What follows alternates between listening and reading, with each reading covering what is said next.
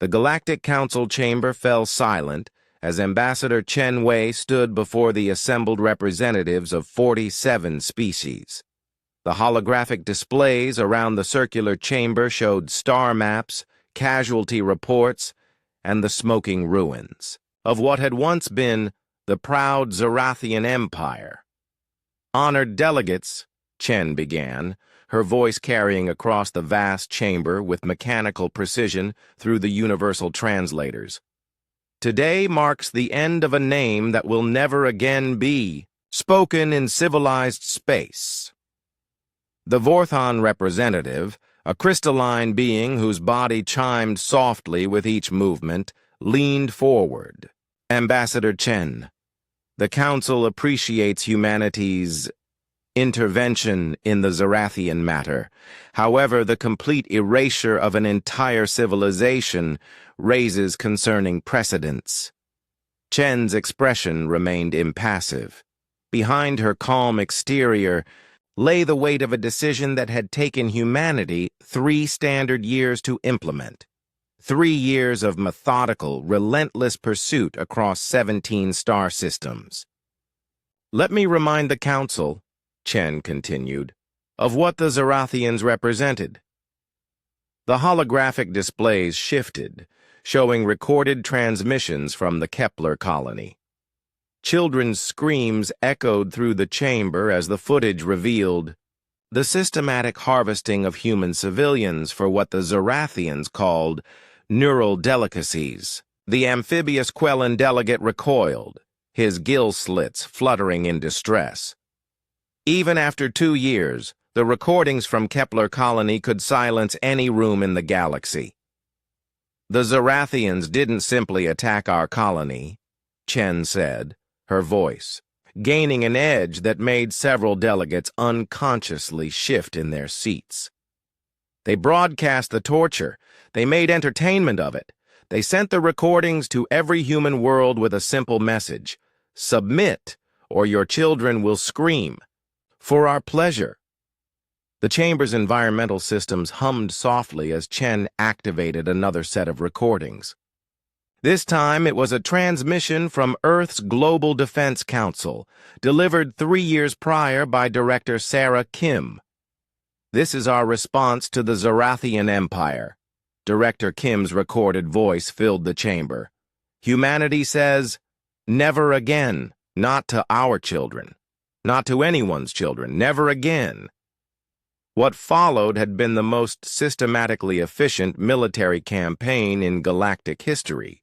Humanity hadn't attacked in rage or fury. They had attacked with the cold precision of a species that had learned centuries ago on their homeworld what never again truly meant.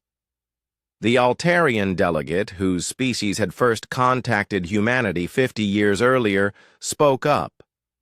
"We understand the human concept of proportional response, but—" "Proportional?" Chen interrupted, and for the first time, emotion flickered across her features.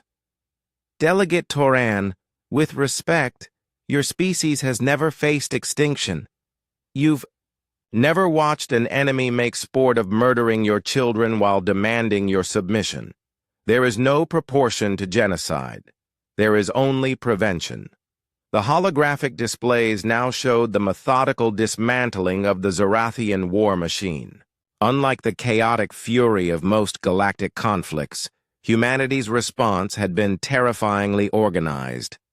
They had built a fleet specifically for this purpose, ships designed not for conquest, but for complete elimination. The first wave had struck. Zarathian military installations with weapons that left nothing but empty space. The second wave had targeted every government facility, every command center, every symbol of Zarathian authority. The third wave had been different. Evacuation ships, offering safe passage to any Zarathian civilian who renounced their empires. Actions, over 2 billion Zarathians had taken that offer. The human fleet spent 6 months, Chen explained, ensuring that every Zarathian who wished to live peacefully could find sanctuary on neutral worlds. They provided new identities, new names, new lives. what they would not allow to continue, was the name Zarathian and everything it represented. The Vorthan delegate's crystalline form dimmed with concern. But to erase an entire cultural identity? Culture?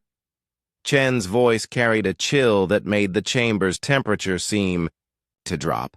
Delegate Zimtar, is the systematic torture of children culture? Is the broadcast entertainment of genocide something worth preserving? The humans made their position clear.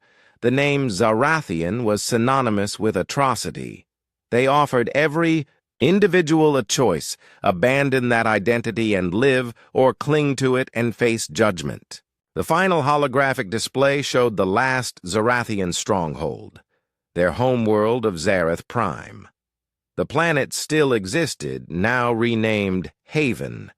Its cities had been rebuilt by human construction fleets, its population centers filled with refugees, from dozens of species who had suffered under Zarathian raids.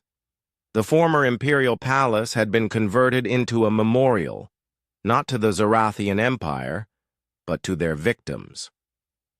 300,000 Zarathians chose to fight to the end, Chen reported. They died defending a name that represented everything humanity had sworn to eliminate from the galaxy. 2 billion others chose life, chose new names, chose to build something better. The Quellan delegate spoke softly, his translator struggling with the emotional undertones of his species' language. And now? What guarantees do we have that humanity won't decide our names too? Should be eliminated? Chen's expression softened slightly, but her voice remained firm.